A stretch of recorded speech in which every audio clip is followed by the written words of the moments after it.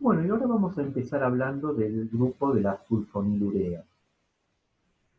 Las sulfonilureas, aparte de ser los fármacos más antiguos, de alguna manera antidiabéticos, de alguna manera derivados de las sulfas, son los fármacos también más potentes, reducen bastante la glucemia en ayunas, y tenemos los de primera generación, como la clorpropamida, que no se usan si bien se venden.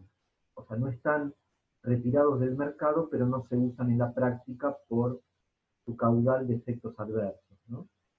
Y los de segunda generación, como la glibenclamida, glipizida, se usan mucho más que los de la primera. Las indicaciones de las sulfonilureas son la diabetes insulino independiente, es decir, diabetes tipo 2, cuando no pudo ser controlada adecuadamente con medidas higiénico-dietéticas como dieta, control de peso y actividad física. El mecanismo de acción es inhibir el canal de potasio sur o receptor de sulfonilurea. Al inhibir la ATPasa sodio-potasio dependiente en la célula beta, despolariza los canales de calcio y se secreta insulina, es decir, que son secretagogos de la célula beta. En cuanto a la glibenclamida, no importa que sepan la dosis, es a título informativo, tiene una vida media menor que la clorpropamida, un pico a las 4 horas. Recuerden que el pico está relacionado a veces con el riesgo de que se provoque hipoglucemia, metabolización hepática y eliminación renal.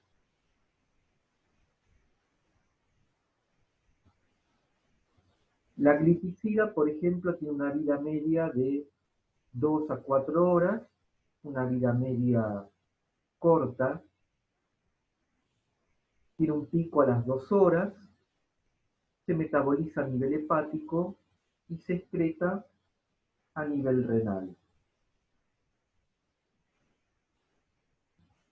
Efectos adversos de la sulfonilurea: hipoglucemia, subrayado y en amarillo, porque es el efecto adverso más temido, sobre todo con los de primera generación, como la clorpropamida, que tiene una larga vida media, y eso hace de que el paciente pueda tener una hipoglucemia inclusive cuando duerme. Obviamente si no ingiere alimentos en forma adecuada, ¿no? Gastrointestinales son muy comunes, náuseas, vómitos, dolor epigástrico. Dermatológicos, recordemos que las sulfonilureas son derivadas de las sulfas. Cuando veamos antibióticos vamos a ver que las sulfas son un grupo de antibióticos que tienen una gran, de alguna manera, cantidad de efectos adversos en la piel, de tipo hipersensibilidad. A nivel hepático, ictericia colestática. Hematológicos, leucopenia, también por ser derivado de las sulfas. Neurológicos, ataxia. Ataxia es como pérdida de la coordinación motora. Hiponatremia dilucional con clorpropamida, sobre todo en pacientes añosos. Y la hipoglucemia siempre véanlo como el gran problema. Verdaderamente el organismo resiste mucho más la hiperglucemia que la hipoglucemia. La hipoglucemia puede llevar al coma. Recuerden que la neurona utiliza la glucosa como combustible esencial y se puede llegar a ver cambios a nivel del cerebro importantes y a veces irreversibles. Interacciones. Acá sí es un problema el tema del desplazamiento proteico, sobre todo por AINES y otros fármacos, pero por AINES se puede llegar a ver más, en el cual si se desplaza una sulfonilurea de su unión proteica, especialmente las de primera generación, pueden hacer que haya una marcada hipoglucemia. A nivel del metabolismo hepático, todo lo que aumente el metabolismo hepático puede disminuir la vida media y a su vez lo que disminuya el metabolismo hepático puede llegar a aumentar la vida media. Los beta bloqueantes pueden enmascarar la hipoglucemia, porque la hipoglucemia depende de la respuesta simpática, y si esta es inhibida por un beta bloqueante, por eso los beta bloqueantes en diabetes están muy cuestionados, ¿no? Inhiben la secreción de insulina los diuréticos y los beta bloqueantes, porque recordemos que de alguna manera el agonismo beta 2 puede aumentar la secreción de insulina. Lo mismo las hormonas hiperglucemiantes pueden inhibir la acción de alguna manera, por ejemplo, glucocorticoides. Si uno consume clorpropamida y aparte toma bebida alcohólica, puede haber un efecto llamado efecto disulfirámico, porque remeda al disulfiram, que es un fármaco que se utilizaba para provocar reacción, de alguna manera, repulsión al alcohol, ¿no? Entonces el paciente que tomaba alcohol tomando disulfiram tenía cefalea, rubicundez facial, náuseas, vómitos, dolor abdominal. ¿Cuáles son las ventajas de los de segunda generación? Son igualmente efectivas, tienen muchas menos reacciones adversas que la clorpropamida y mucha menos ligadura proteica, por lo cual va a haber menos interacciones de las que hablamos antes. Vamos a pasar al capítulo de los insulinos sensibilizadores. Tenemos un grupo muy importante que es el de la metformina y un grupo de la llamada glitazona.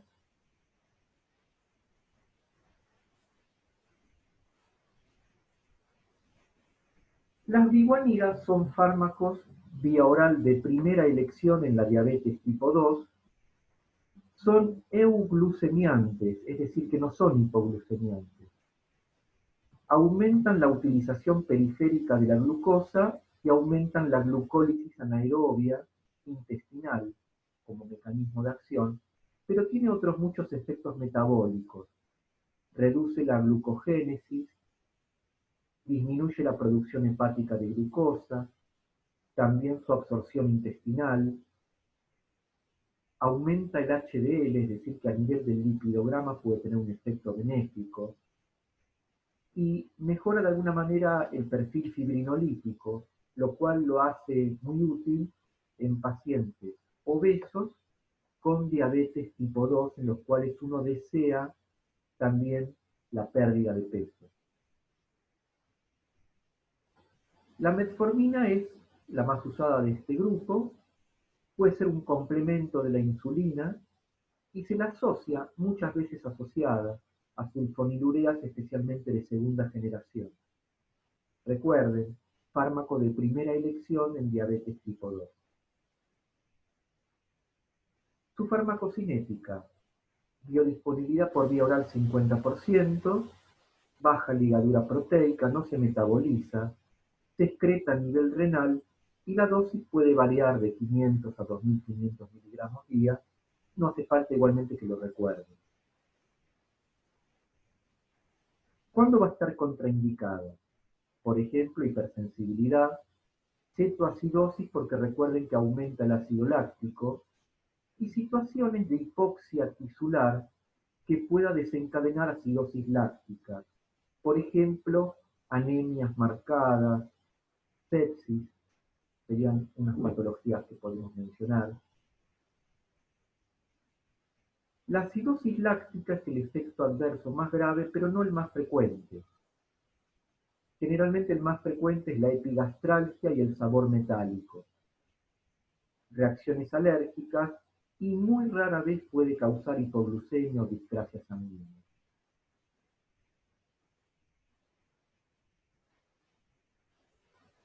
Las tiazolidinedionas favorecen formación de transportadores de glucosa, tienen un mecanismo de acción génico, por lo cual no va a actuar inmediatamente, sino que se va a requerir, por ejemplo, un mes para que se empiece a ver su efecto.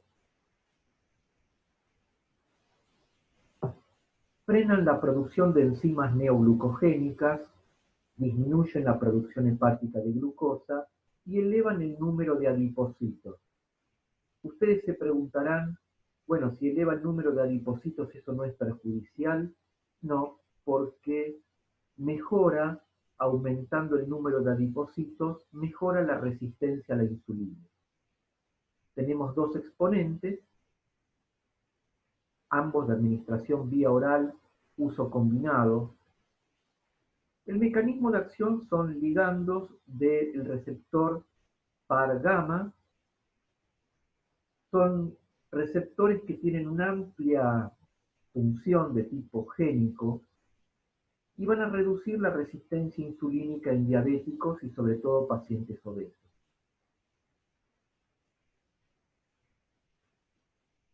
La droga patrón troglitazona fue retirada del mercado a poco de salir por provocar hepatopatía fulminante, pero persisten otros derivados con las advertencias del caso.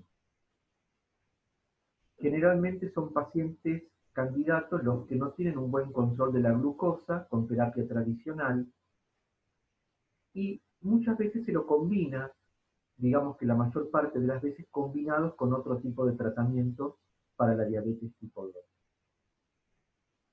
Efectos adversos. Toxicidad hepática, por eso está subrayado. Mucha precaución, puede aumentar las transaminasas. Efectos adversos de tipo metabólico y efectos adversos digestivos, epigastralgia, náuseas, vómitos. Está contraindicado en hepatópatas y pacientes alcohólicos, por tal motivo.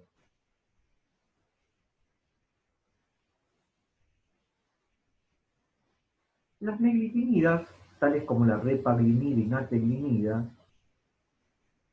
van a disminuir de alguna manera la glucemia postprandial. Recuerden que parte de la diabetes es también llamada la hiperglucemia postprandial, es decir, pacientes que a la mañana tienen una glucosa normal, pero después de comer aumenta más allá de lo que debiera aumentar, ¿no? Por eso se llama hiperglucemia postprandial. Estos fármacos por eso son útiles, generalmente a veces se lo asocia en su tratamiento y el mecanismo de acción es igual al de las sulfonilureas, es decir, que son secretagogos, tienen una vida media corta y un comienzo de acción más pronto, por lo cual son útiles en pacientes con hiperglucemia postprandial.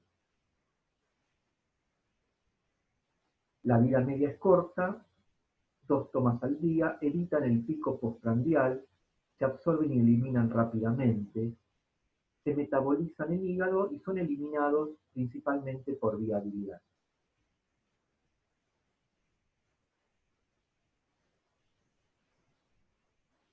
Inhibidores de las alfa-glucosidasas.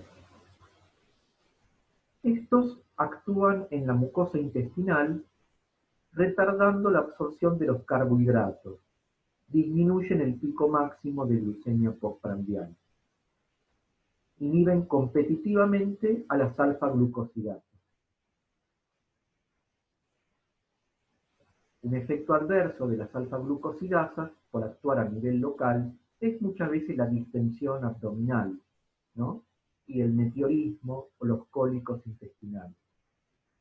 Ahora vamos a pasar al grupo de los fármacos más modernos, como por ejemplo las incretinas. Estas son hormonas gastrointestinales que se liberan después de los alimentos y van a estimular la secreción fisiológica de insulina. Se ha logrado de alguna manera sintetizar compuestos similares al péptido, similar al glucagón. Las incretinas estimulan la secreción de insulina dependiente de alimentos, inhibe la liberación de glucagón, retrasa el vaciamiento gástrico, reduce el consumo de alimentos, lo cual los hace muy útiles en el diabético tipo 2 con obesidad para también disminuir de peso. Y normaliza la secreción de insulina tanto postprandial como en ayuno, un control de alguna manera dependiente de los alimentos, es decir, más fisiológico que el que uno le administra desde afuera.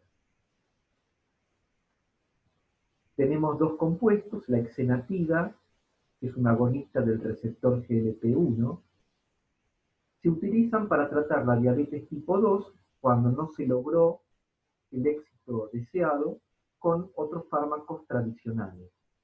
Siempre se lo combina, por lo general, a las incretinas con otros medicamentos, como por ejemplo metformina, sulfonilurea. Otro que tenemos es la liraglutida. Este tiene una vida media prolongada, se da una vez al día y es más eficaz que la exenatida, es decir, reduce más la hemoglobina glucosilada que la exenatida.